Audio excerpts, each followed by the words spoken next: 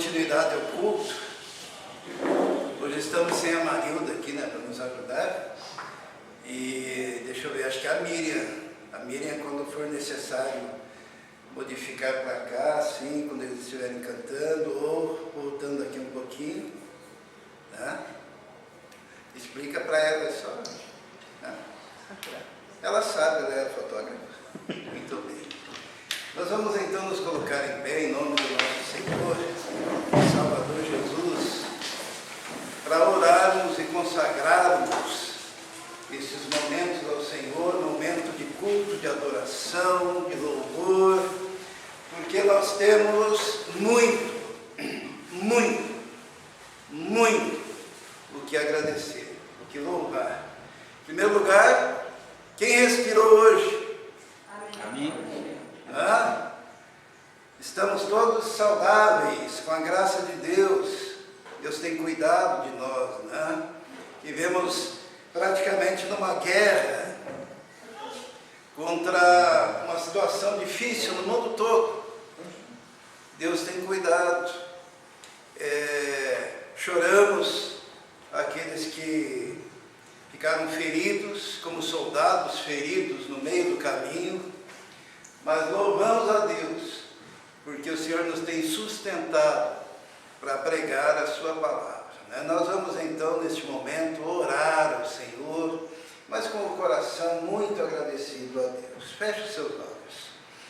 Senhor, muito obrigado. Obrigado porque temos o privilégio, Senhor, de conhecê-lo como nosso único e todo suficiente Salvador. Muito obrigado porque o Senhor tem nos abençoado, o Senhor tem nos tocado, o Senhor tem nos protegido, a Tua mão poderosa tem estado sobre nós, sobre o nosso lar, nossa família.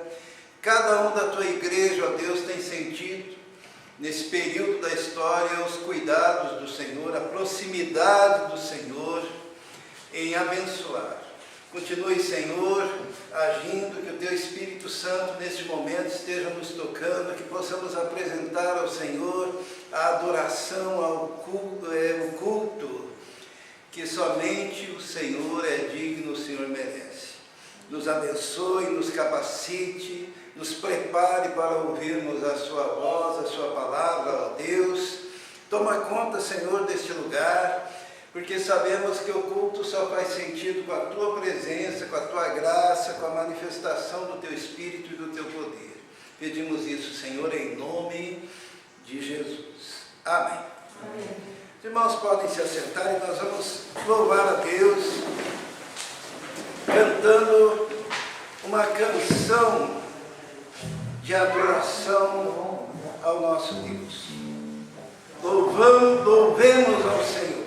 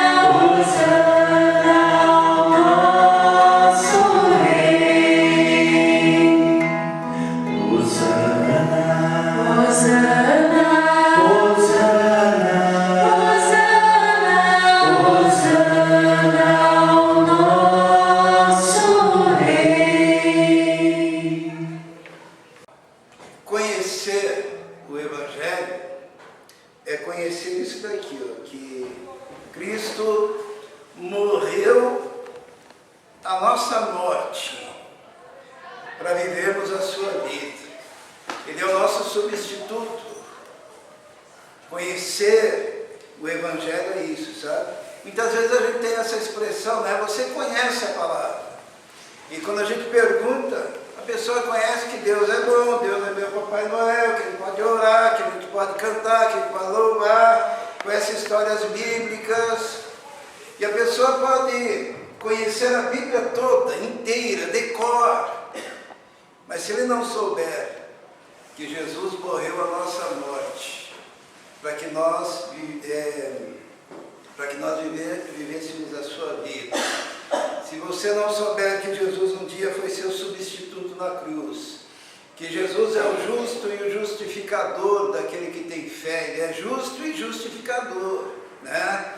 Que ele é o intermediário, que a Bíblia diz assim, que há um só Deus e um só mediador, intermediário entre Deus e os homens, Jesus Cristo que se fez homem.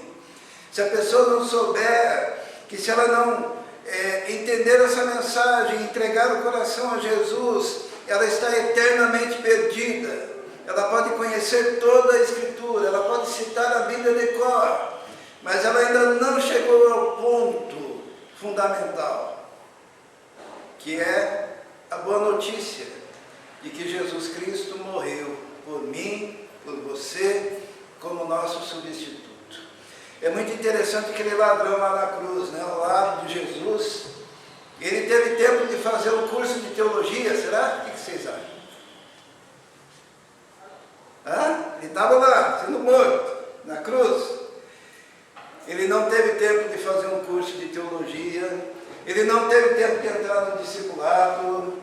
Ele não teve tempo de fazer boas obras. As obras que ele tinha feito até aquele momento na cruz eram aquelas que o levaram à condenação pelos homens. Ele não teve tempo de se reconciliar com a sua família. Ele não teve tempo de tentar devolver aquilo que ele roubou. Mas ele teve tempo de reconhecer que Jesus Cristo estava morrendo por ele ali do lado. E ele, no esforço, falou com o Senhor e disse: Senhor, lembra-te de mim quando entrares no teu reino. E Jesus respondeu: o quê? Hoje mesmo estarás comigo no paraíso.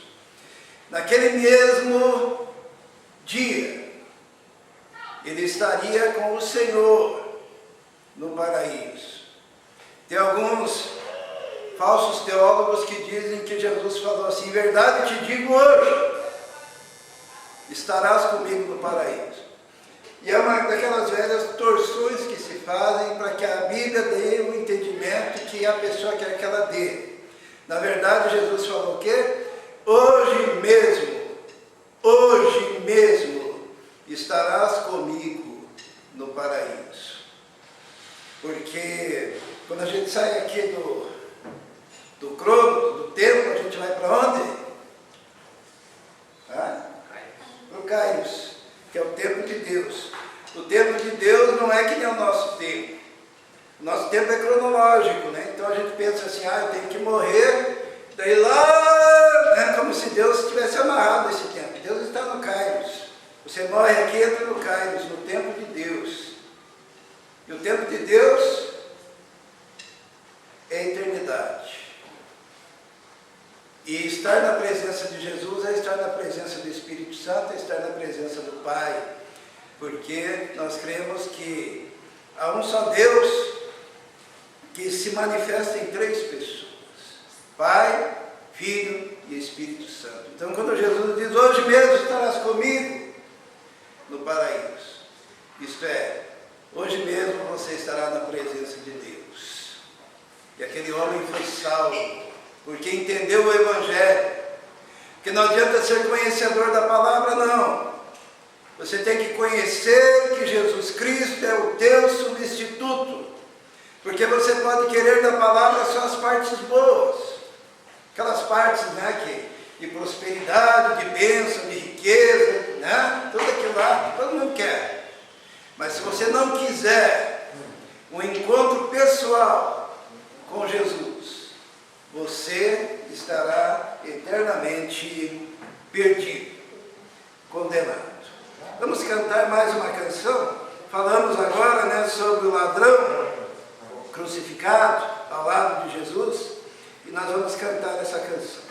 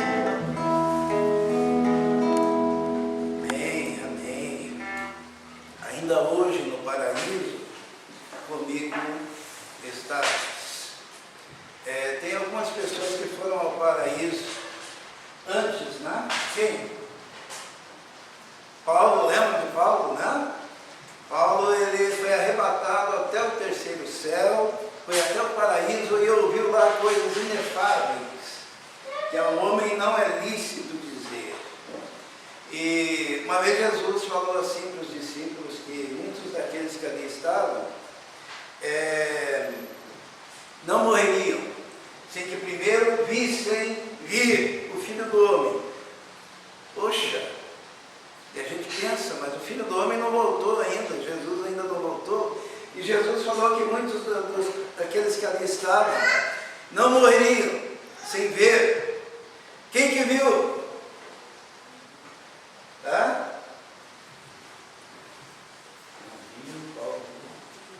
João viu, né? João, ele fala, lá do céu falaram, tinha uma janela aberta, né, diz o livro do Apocalipse, diz, sobe aqui. E ele foi lá. E ele viu as coisas que iriam acontecer. Estevão, quando estava morrendo, ele disse assim, eis que vejo os céus abertos e o Filho do Homem, né, em pé, à direita de Deus, o Pai. Quando a gente vai lá para o livro de Judas, ele cita um cara chamado Enoque, o sétimo, depois de Adão. Lembra do Enoque? A Bíblia diz que Enoque andou com Deus e já não era, porque Deus para si o tomou. Né? E quando Judas, irmão de Jesus, não é o Judas Iscariotes, né? Judas, irmão de Jesus, ele cita Enoque na sua epístola, que é bem pequenininha, tem um capítulo só. Ele diz assim que viu o Filho do Homem vindo sobre as nuvens. Enoque. Os irmãos estão percebendo? Quando Deus quer abrir o entendimento, quando Deus quer abrir o coração, quando Deus quer Ele abrir a visão, Ele abre e a pessoa vê coisas inefáveis e poderosas e grandiosas, escatológicas. Mas desde que o Senhor toque pelo Espírito Santo e a pessoa passa a enxergar. E a conversão é o mesmo processo, né? Deus um dia tocou o coração da Miriam. E de repente ela acordou e viu que Jesus era o Salvador dela. E recebeu Jesus. Fez isso com Guilherme, com Marcos. Ele vai abrindo o entendimento. Mas ele gosta de fazer isso com um tipo de coração. Qual o tipo de coração predileto de Deus? Foi sincero. O Davi, lá no Salmo 51, ele fala bem especificamente o coração que Deus toca. Diz assim: há um coração quebrantado e contrito, não desprezarás. Ó Deus, coração quebrantado e contrito. É aquele coração humilde que foi moído, muitas vezes moído em decorrência de circunstâncias adversas, mas é um coração que está preparado pela contrição diante de Deus, que se abre e Deus lhe dá o entendimento pelo Espírito Santo, porque quem faz a obra é o Espírito Santo. Toda vez que você tentar fazer a obra sem o Espírito Santo, você vai fazer uma confusão que você nem imagina, né? Por exemplo, se eu quiser converter o Gabriel na marra, né? Gabriel, aceita Jesus, aceita. Eu começo com argumentos com ele e eu pego e digo, aceita, aceita. Sabe o que eu estou fazendo? O que eu estou fazendo? Afastando. Eu estou espantando, porque eu estou tentando fazer a obra que só o Espírito Santo pode fazer. Porque é o Espírito Santo que nos convence do pecado, da justiça, do juízo, é o Espírito Santo que nos toca, é o Espírito Santo que nos cela, é o Espírito Santo que ilumina, que dá entendimento, é o Espírito Santo que age. E, ó, um segredinho, nem eu nem você é melhor do que o Espírito Santo para fazer isso, tá? Se a gente entender isso, a gente faz a parte da gente, usa o dom da gente, e daí deixa Deus agir, deixa Deus operar, deixa o Senhor se manifestar, deixa o Espírito Santo tocar, porque Ele sim, Ele faz. A gente é um arremedo, assim, né? E muitas vezes, vamos imaginar assim que, cadê a Rebeca? A Rebeca, ela quer ser enfermeira, sabe? Daí todo mundo coloca a luva, faz toda aquela, como é que é? Aquela purificação, né, para não ter vírus, bactérias e tal, lá no ambiente cirúrgico, certo? Todo mundo preparado para operar, o médico lá preparado, abre o paciente. Daí a Rebeca pensa, eu não preciso de nada disso. Ela entra lá, depois de ter comido uma coxinha na cantina, tá? Depois de ter conversado com todo mundo no corredor, ela não colocou aqueles sacos no pé, né, que coloca assim, ó, e aquela roupa especial, e ela nem está de máscara, e ela não se purificou, e ela entra na sala e coloca o dedo lá dentro do lugar onde o médico está operando. O que ela fez? Matou o cara. Oi? Matou. Ela matou o cara. É isso mesmo. Pode matar o indivíduo, né? De uma infecção generalizada. Tá. Vamos trazer para o mundo espiritual para a gente entender. Tá? O Espírito Santo está trabalhando no coração de um pecador. Ele está conduzindo as coisas, ele está mexendo naquele coração, ele está movendo, ele está dando entendimento, ele está fazendo com que aquela pessoa comece a ter consciência do pecado e comece a ter uma percepção de que Jesus é o único que salva, liberta e transforma. Daí eu, bem metido, chego lá. Que nada. É o seguinte, e eu pego e coloco a minha mão suja lá na abertura que o Espírito Santo fez para tocar aquele coração. O que eu fiz? Matei também. Dependência do Espírito Santo. Saber que nós somos servos, que nós somos instrumentos, que nós só somos úteis quando nós nos permitimos ser dominados e usados por Deus, para que Ele, na sua sabedoria, use. É dessa maneira. Senão a gente está saindo por aí, é como se saísse uma metralhadora. E existem evangelistas que são assassinos de pessoas que estavam sendo preparadas por Deus para ter um encontro com o Senhor, e que não querem mais saber de Deus, não querem mais saber da igreja, não querem mais saber do povo de Deus, porque nós esquecemos que quem faz a obra é o Espírito Santo, não somos nós. E é pelo poder de Deus que as coisas acontecem. Porque Deus é soberano, soberano e Senhor. Vamos cantar mais uma canção que fala da grandiosidade do nosso Deus. Quão formoso és, Senhor, Rei do universo.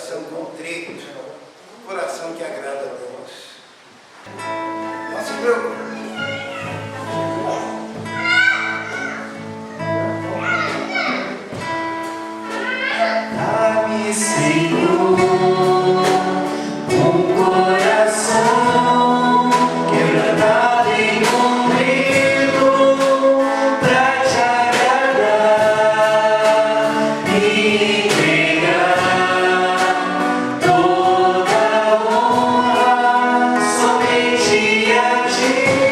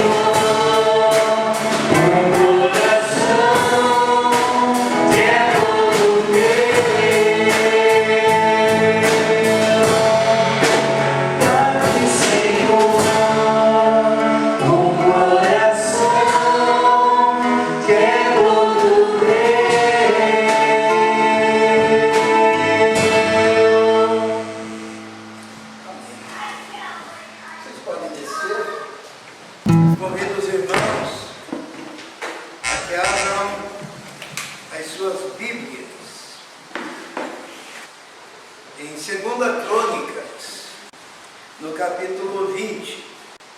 Mantenha a sua Bíblia aberta, né? Em 2 Crônicas, ou pode acompanhar através do nosso telão. Mas é importante acompanhar na Bíblia, na Palavra de Deus. A Bíblia, ela foi escrita para que nós tivéssemos um mapa, tivéssemos um norte, para que nós tivéssemos o nosso caminho muito claro naquilo que estamos enfrentando, porque a Bíblia é o Espírito Santo falando com você. A Bíblia é o Espírito Santo falando comigo. A Bíblia é a palavra de Deus para nós.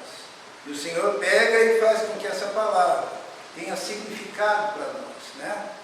Tenha um sentido de orientação espiritual para a nossa vida.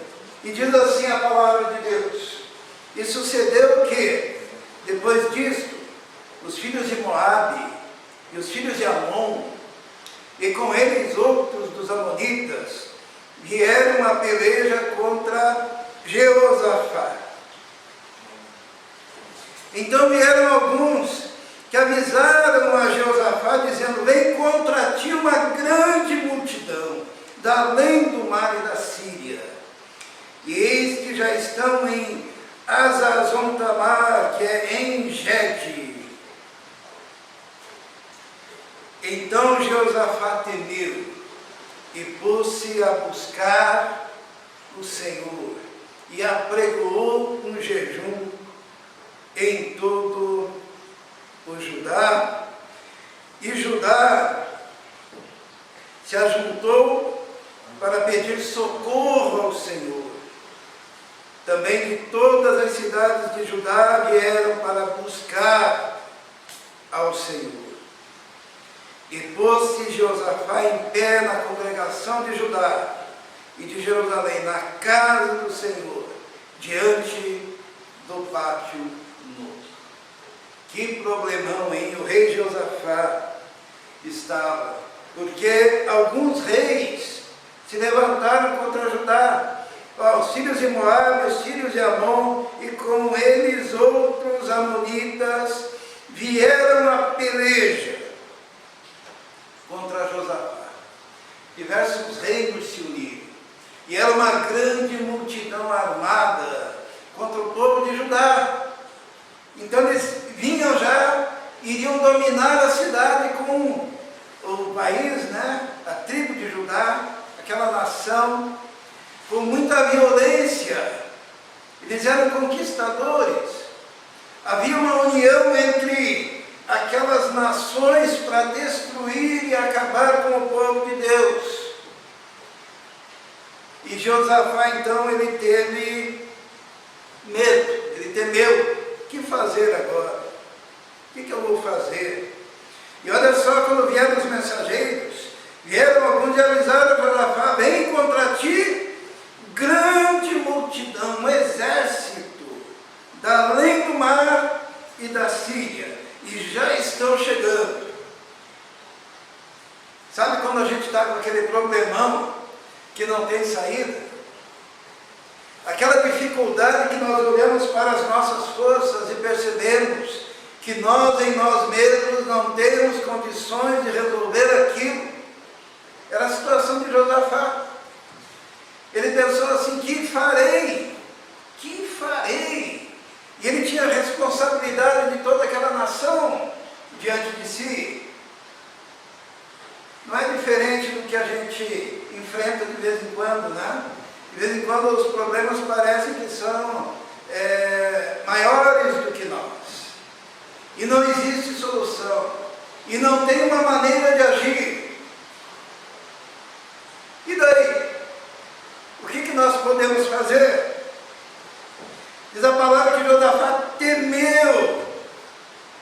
E temendo, ele estava no estado interior de angústia e dor e sofrimento. E temendo, ele pôs-se a buscar o Senhor. Buscar o Senhor. Sabe que esses momentos, muitas vezes, são oportunidades para quem está afastado de Deus, né? Fico imaginando que o Senhor às vezes pensa assim: olha, aquele jovem, aquela senhora, aquele senhor, né, aquele moço, aquela moça, está tão distanciado de mim, e não me busca mais, e não procura a minha casa, e não procura a minha palavra, e não procura os meus caminhos. O que eu posso fazer como um ato de amor, para que aquela pessoa de repente se vire dessa situação e comece a me buscar? E muitas vezes o Senhor permite situações em que a gente fica aprisionado num problema que é maior do que nós, e que nós não temos condições de resolver, porque o Senhor está nos chamando para buscá-lo, está nos chamando para uma vida de oração, está nos chamando para uma vida de quebrantamento, de coração partido e quebrantado diante de Deus. Seria melhor que não fosse assim, né? Como seria bom se nós buscássemos ao Senhor só porque nós o amamos, que nós buscássemos ao Senhor só porque a palavra diz que devemos, que nós buscássemos ao Senhor porque nós temos aquele coração dependente de Deus e agradecido por tudo que Ele já tem feito. Se nós buscássemos ao Senhor em todas as situações, seja nas montanhas ou nos vales, nos momentos bons, nos momentos ruins, fosse tudo igual, mas nem sempre é assim conosco. Eu nunca me esqueço quando eu tive um problemão, mas um problema enorme. E nós estávamos reunidos ali naquela área, num culto de oração, e eu falei, eu não disse o problema, mas eu falei, eu estou com um problema. Não tenho como resolver. Eu prego todo domingo que Deus é aquele que trabalha em nosso favor. E daí eu disse, olha, eu queria que os irmãos orassem.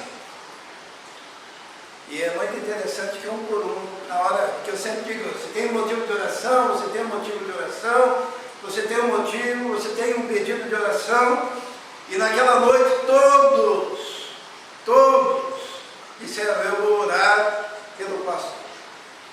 E foi tão maravilhoso que eu saí com Israel para abastecer o carro depois do culto, e Deus agiu tão poderosamente que resolveu aquela questão impossível. Naquele mesmo dia, naquele mesmo final de semana. Deus é bom, Deus age, Deus opera dessa maneira. E Josafá estava numa situação também de aprisionamento. Que farei? E ele então temeu e passou a buscar ao Senhor. E apregou o jejum. O jejum muda Deus? Não, o jejum não muda Deus. A gente tem que entender que jejum, na Bíblia, não é para a gente fazer chantagem com Deus, que nem quando o cara está preso, daí ele faz uma greve de fome para ver se fica com pena dele e tiram ele da cadeia. Não. Jejum é um sentimento interior de tristeza, e quando a pessoa está angustiada, ela deixa de se alimentar para se dedicar tão somente a olhar para o Senhor e falar para o Senhor daquele problema que ele está enfrentando. Quando a gente está com um grande problema, a gente até perde a fome, né? Não é assim? E quando a gente está com um grande problema, a gente pode dizer, olha, eu vou me vestir de saco, não precisa se vestir literalmente, mas eu vou me humilhar e jejuar perante o Senhor. E foi o que Josafá fez. E diz a palavra de Deus que Judá se ajuntou para pedir socorro. Pedir socorro. E aquilo que eles fizeram, estavam numa situação complicada, eles não esperaram o exército chegar. Eles se reuniram para pedir socorro, socorro a quem pode livrar, socorro ao Senhor, pedir socorro, reconhecer a fragilidade,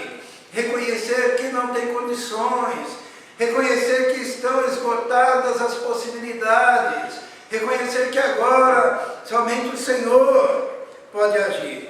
E eles foram pedir socorro, e muitas cidades vieram para buscar o Senhor e pedir socorro ao Senhor. E pôs-se Josafá em pé na congregação de Judá e Jerusalém, na casa do Senhor, diante do pátio novo.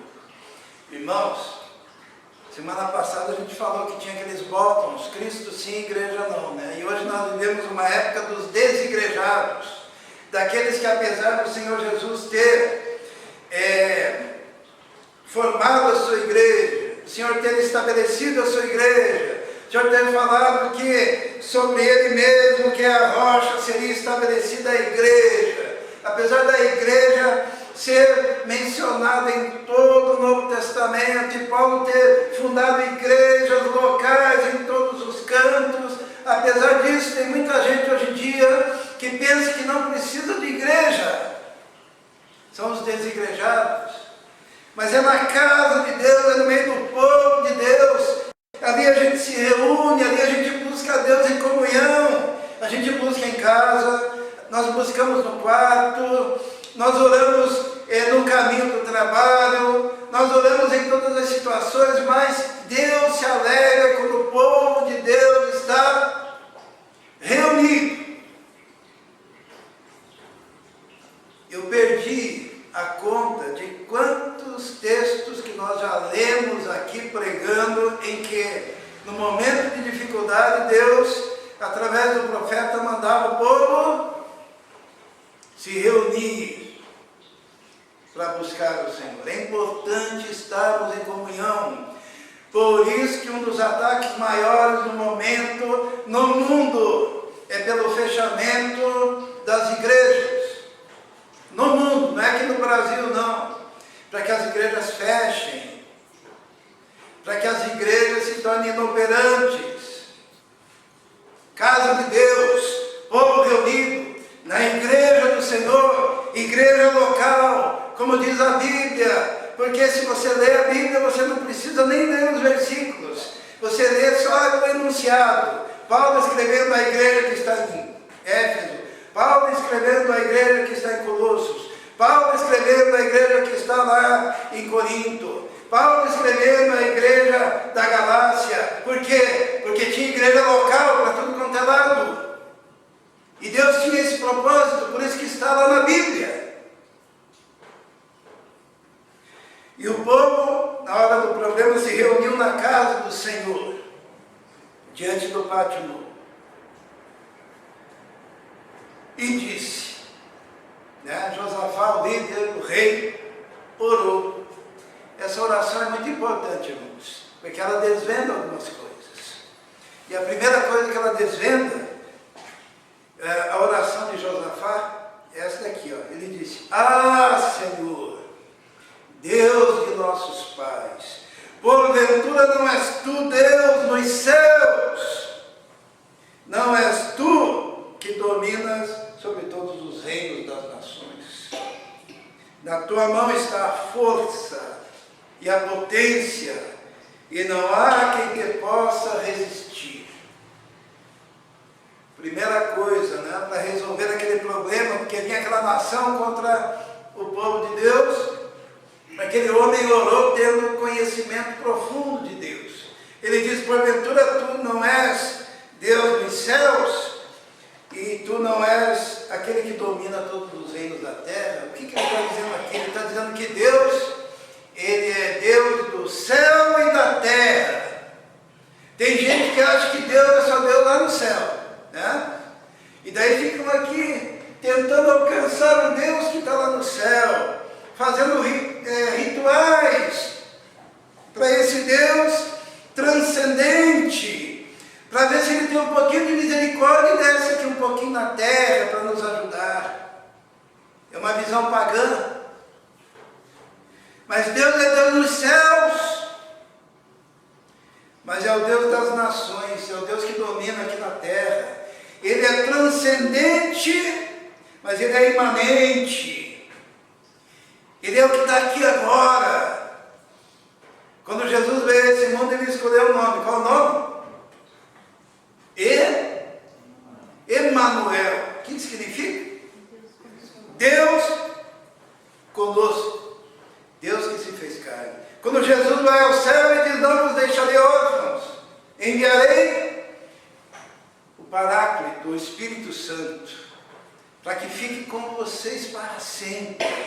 Deus na terra, o Espírito Santo, é o transcendente e o imanente, é aquele que domina os céus e os milhares e milhares de anjos, e é aquele que domina a terra e é Senhor das nações.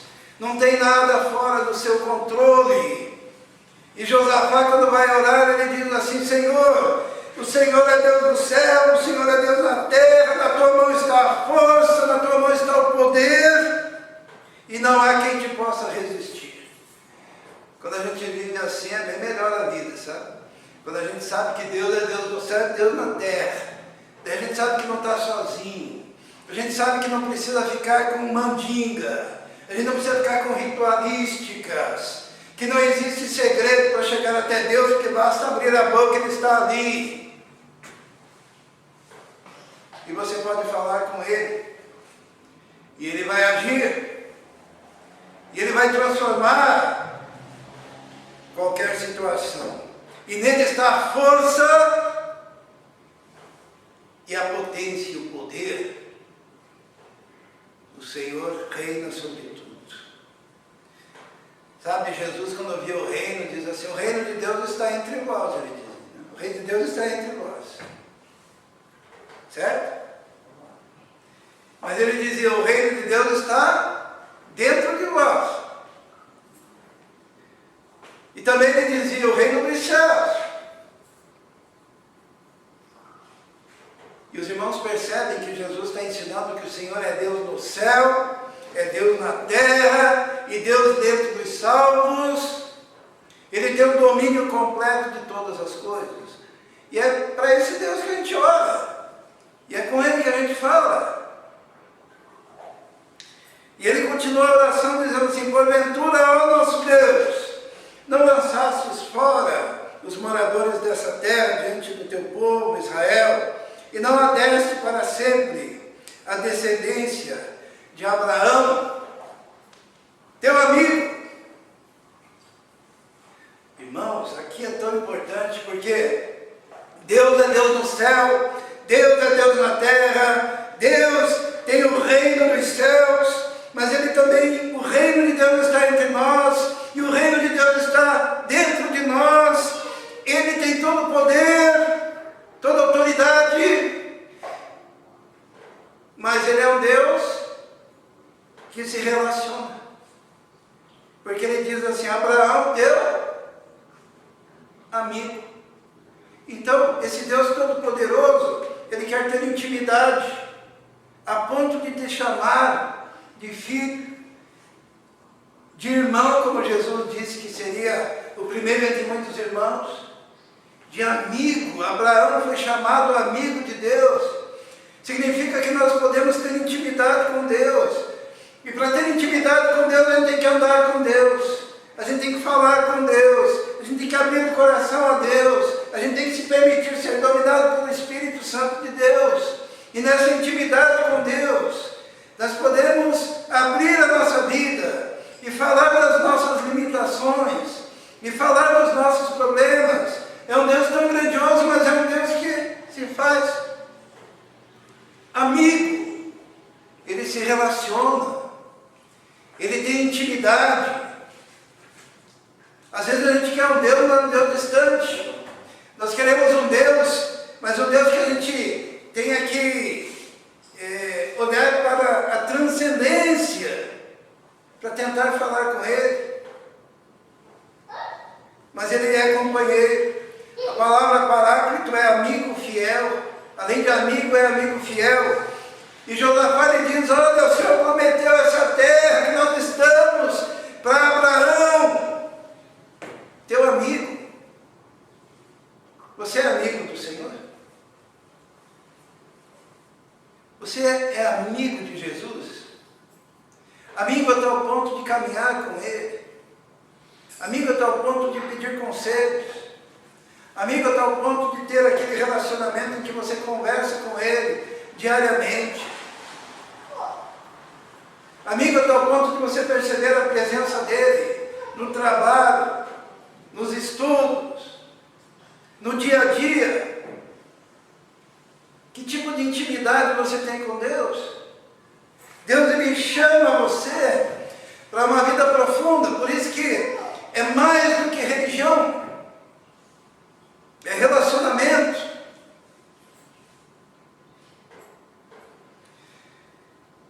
E ele continua a oração dizendo: e habitaram nela, edificaram-te, nela um santuário ao teu nome, dizendo. Ele começa a dizer o que Deus havia prometido. Ele fala assim: olha, essa terra o Senhor prometeu a Abraão, teu amigo, e aqui nessa terra a gente construiu um templo, e quando esse templo foi edificado, o Senhor prometeu que quando a gente orasse, o Senhor ouviria.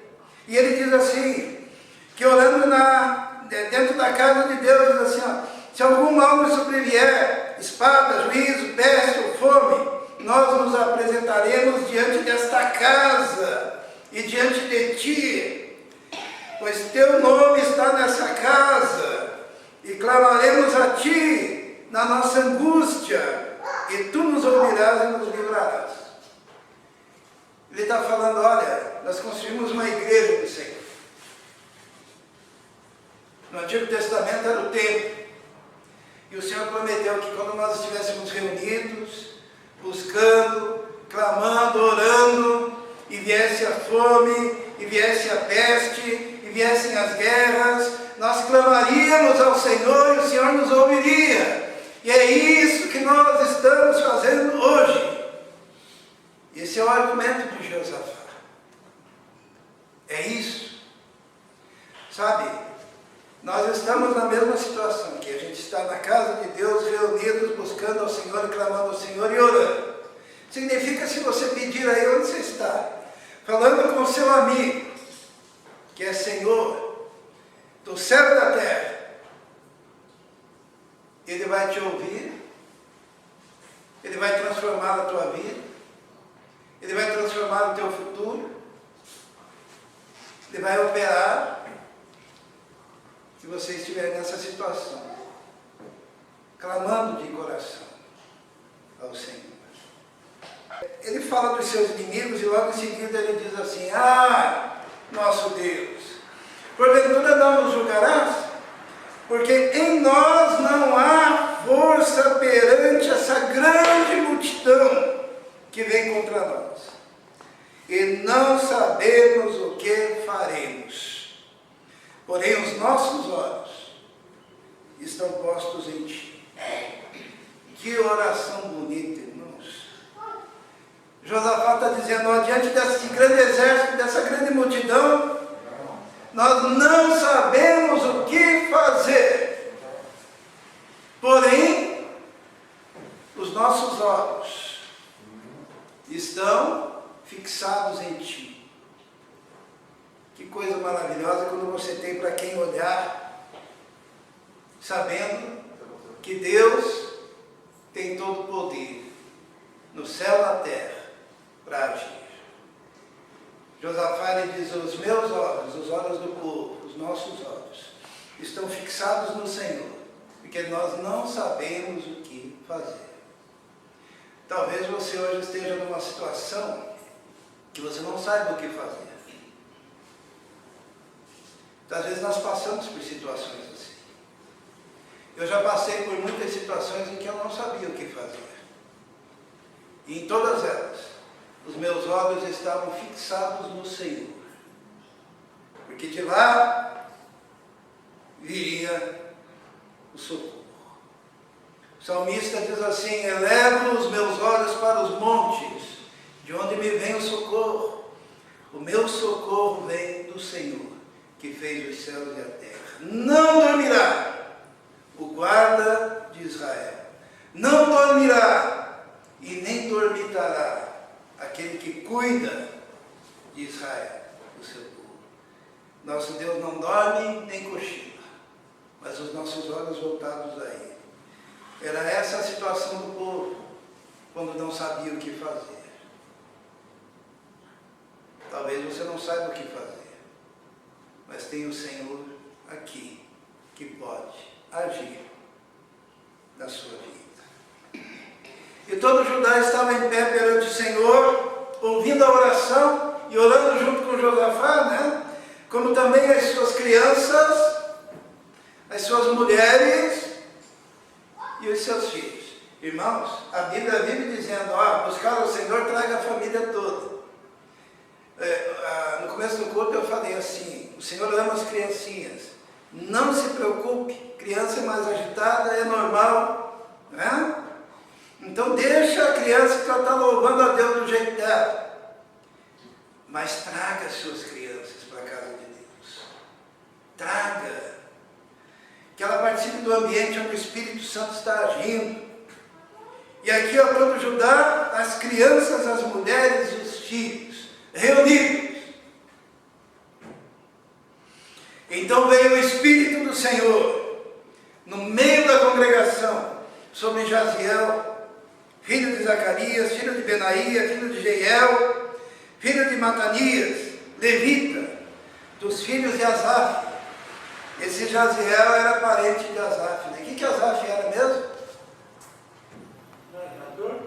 Asaf era da área de poesia, né? Os salmos de Asaf, lembram dos salmos de Asaf? Asaf é aquele que escreveu salmos lindíssimos. E a gente ainda vai falar sobre isso no estabelecimento no Antigo Testamento, né? Haviam famílias específicas que estavam cuidando de diversas áreas. E daí tinha os filhos de Coré, tinha os filhos de Asaf, tinha os filhos de Jedutum, e cada um numa área relacionada ao serviço da casa de Deus. E esse Jaziel era filho de Asaf. E daí o Jaziel, que foi cheio do Espírito Santo, ele disse: dai ouvidos todo Judá, e vós moradores de Jerusalém, e tu, rei Jeosafá, assim diz o Senhor, não temais, nem vos assusteis, por causa dessa grande multidão, pois a peleja não é vossa, mas de Deus. Irmãos, aqui a gente aprende uma coisa, nós falamos no começo do culto, né? A peleja é de quem? De Deus. Peleja é de Deus, aqui nesse caso. A peleja não é vossa, é de Deus. Se a peleja é de Deus, quem é que tem que lutar? Deus, né? É Deus. E não adianta você querer dar uma mãozinha, não. Porque diz assim: amanhã descereis contra eles, eis que sobem pela ladeira de Ziz, e os achareis no fim do vale, diante do deserto de Jeruel. Nessa batalha não tereis que pelejar. Uma grande multidão, muitos povos, um exército poderosíssimo, e Deus diz: a batalha, a guerra é minha. Nessa batalha vocês não vão lutar, mas vocês vão lá como se vocês fossem. Isto é, vocês vão caminhando na direção do exército inimigo. Postai-vos, ficai parados, e vede a salvação. Essa parte é um terror para quem é ansioso, né? Para quem é muito elétrico. Por quê? Porque às vezes a pessoa não consegue obedecer essa parte quando Deus diz: fica aí, fica paradinho aí, deixa que eu faço. Que dificuldade, né? Os que gostam de ter o controle de tudo, como é que é o nome disso mesmo? Os controladores, né? Aqueles que querem dominar todas as situações. Eu já tive experiência com pessoas que tentaram me dominar, né? Queriam me dizer assim: o que eu devo pregar, como que eu devo pregar, qual hino colocar no começo, qual hino colocar no fim, se eu tinha que fazer apelo, se eu não deveria fazer apelo, se a minha mensagem parecia uma aula, se a minha mensagem parecia uma proclamação, né? E quantas vezes? Quem eu devo visitar? Que dia da semana eu devo visitar? Quais casas eu devo dar prioridade? Quais outras casas que eu não devo dar prioridade? Se eu devo fazer um momento de dízimos e ofertas? Se eu não devo fazer um momento de dízimos e ofertas? Se quando eu fizer um momento de dízimos e ofertas eu devo orar no final? Ou se eu não devo orar no final e tal? Porque tudo isso daí vai fazer com que as coisas aconteçam. Quando uma mulher se casa com um cara controlador, ele quer saber onde que ela está, o que ela foi fazer, por que demorou tanto tempo, se pôs gasolina, se não pôs gasolina no carro, se foi por esse caminho, se foi por aquele caminho, se lá no serviço tinha bastante gente para atender ou pouca gente para atender. Porque parece que se ele não tiver no controle de tudo, as coisas não vão acontecer. Tem alguém assim aqui? Eu quero dominar. Tá? E no reino de Deus, às vezes a gente quer ter o controle de Deus. A gente até faz um itinerário para Deus. Quem que Deus vai salvar, que hora que Ele vai salvar, que dia que Ele vai salvar, o que Ele deve fazer, se Ele deve ir por esse caminho, se Ele deve ir por aqui. Na verdade, irmãos, Deus disse assim, a batalha não é sua. Então, hoje eu quero que você fique parado. E vê a salvação do Senhor para convosco. Ó Judá e Jerusalém, não temais, nem vos assusteis. Amanhã saí ao encontro, porque o Senhor será convosco. Então Josafá se prostrou com o rosto em terra, e todo Judá e os moradores de Jerusalém se lançaram perante o Senhor, adorando-o. Porque é isso que Deus quer de nós. Adoração. Em qualquer circunstância. E levantaram-se os levitas, dos filhos dos coatitas e dos filhos dos coratitas, para louvarem ao Senhor, Deus de Israel, com voz muito alta. E pela manhã cedo se levantaram e saíram ao deserto de Tecoa. E ao saírem, Josafá pôs-se em pé e disse: ouvi-me, ó Judá, e vós, moradores de Jerusalém, crede no Senhor, vosso Deus, e estareis seguros. Crede nos seus profetas e prosperareis. Aqui não fala de prosperidade financeira como querem alguns, né? Prosperar significa vencer, né? Você vai vencer. E aconselhou-se com o povo e ordenou cantores para o Senhor, que louvassem a majestade santa, saindo diante dos armados, e dizendo: louvai ao Senhor, porque a sua benignidade dura para sempre. E quando começaram a cantar e dar louvores, o Senhor pôs emboscadas contra os filhos de Amon e de Moabe e os das montanhas de Seir, que vieram contra Judá e foram desbaratados, foram destruídos. Enquanto Deus trabalhava, o que eles faziam? Cantavam, louvavam, adoravam, buscavam ao Senhor. Sabe? Às vezes Deus quer pisar no freio do teu ativismo, para que você caia de joelhos, se prostre, busque ao Senhor, cante louvores, e Deus vai consertando a sua vida. Por quê? Porque você está na comunhão do povo de Deus, porque você está no meio da adoração, porque você está rendendo louvores apesar das dificuldades, porque eles cantaram antes do inimigo ser derrotado, eles adoraram antes, porque eles conseguiram se entregar ao Senhor. E é isso que o Senhor quer. Sabe, o Senhor, Ele chama para isso, para confiar. Sabe qual é o maior ato de adoração coração de uma pessoa é quando ela confia e entrega-se ao Senhor. E diz, Senhor, eu estou aqui, minha vida agora é sua. Faça de mim o que quiseres. O Senhor chama para isso. Para que você descanse nos braços do Senhor. Sabe quando aquele bebê desmaia no braço do pai e da mãe, assim, de tão cansado que está, ele descansa e relaxa, naquele colinho gostoso? O Senhor está te chamando para isso, para descansar no Senhor, nos braços do Senhor. Apesar do tamanho das tuas dificuldades, Ele diz, vem aqui, venha para os meus braços. Eu quero andar contigo. Eu quero batalhar a sua batalha. Eu quero te ajudar a vencer a sua guerra. Feche seus olhos neste momento.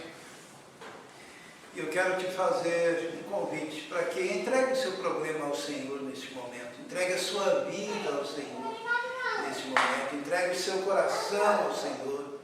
Entregue a sua alma ao Senhor, a sua casa ao Senhor, o seu futuro ao Senhor.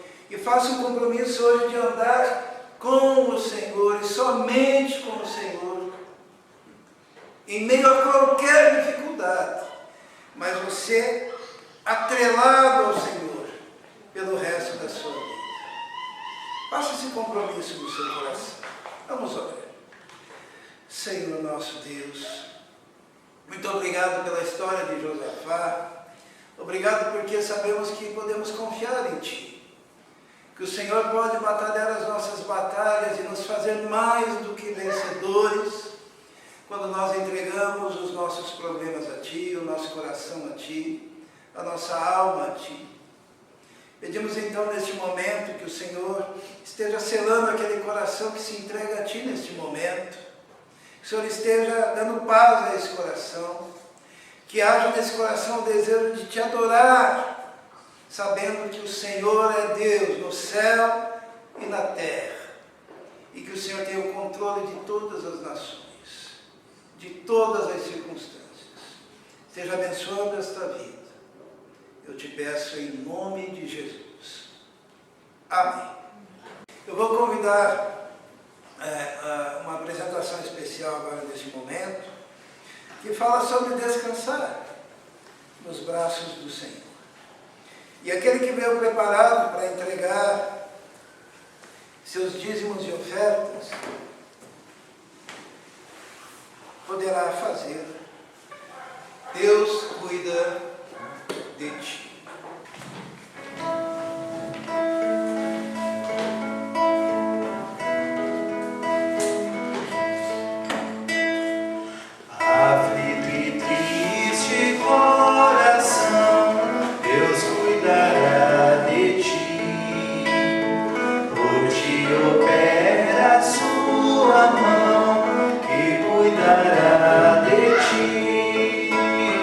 Deus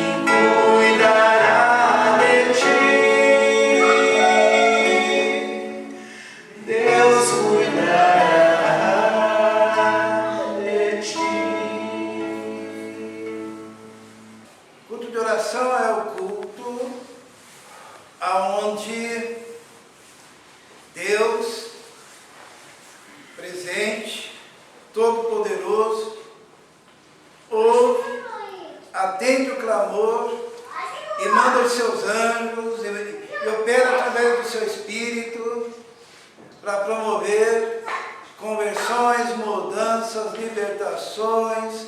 Ele dá emprego, Ele dá saúde, Ele concede paz, Ele salva almas, Ele restaura. Então o culto de oração é isso, é estarmos juntos na busca do Senhor, pedindo por nós e pelos outros. Então eu convido todos que vêm, quarta-feira, 20 horas. Domingo, culto em adoração ao nosso Deus, às 18 horas. E no sábado temos o trabalho do grupo de louvor, né? Vamos orar neste momento. Quero agradecer aos nossos visitantes. Hoje nós temos 4 visitantes, né? Temos, como que é seu nome? Isso. Alexandre. A Karina. E o bebê? Alice. E o bebê? Já sabe o nome? Ainda não. Todo mundo pensou 4 visitantes? Não, são 4, sem dúvida. Sabe quando que João Batista foi abençoado pela ação do Espírito Santo na vida dele? Não. Ele estava no útero da sua mãe e ela encontrou-se com Maria, que estava grávida também, e houve um mover de Deus nos bebês que ainda não tinham nascido. Que coisa maravilhosa, né? Então, que Deus abençoe a família de vocês, o bebê que está para vir, o bebê que já está aqui, graças a Deus, já sendo tocado pelo Espírito do Senhor nesse ambiente. Que Deus abençoe muito. Vamos orar. Senhor nosso Deus, obrigado porque podemos cultuar, adorar ao Senhor livremente na casa do Senhor. Muito obrigado por este culto, pelo Teu Espírito, pela Tua palavra, pela Tua ação neste lugar. Continue nos abençoando. E agora, quando vamos retornar ao nosso lar, pedimos que os Teus exércitos celestiais sejam enviados pelo Senhor conforme a Tua palavra, Senhor. E que haja proteção e cuidado para cada família. Nós te pedimos nesse momento de pandemia, que o Senhor se faça como um muro de fogo,